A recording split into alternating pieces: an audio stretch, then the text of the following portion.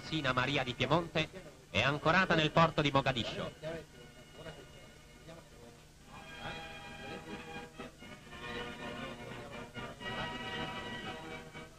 Dopo aver recato il conforto della sua presenza ai degenti, la principessa è scesa nella capitale somala, dove i nostri soldati e la popolazione le riservavano entusiastiche accoglienze. Precediamo l'augusta visitatrice lungo le belle strade asfaltate, adorne di palme e bordate da chiari edifici, verso la cattedrale.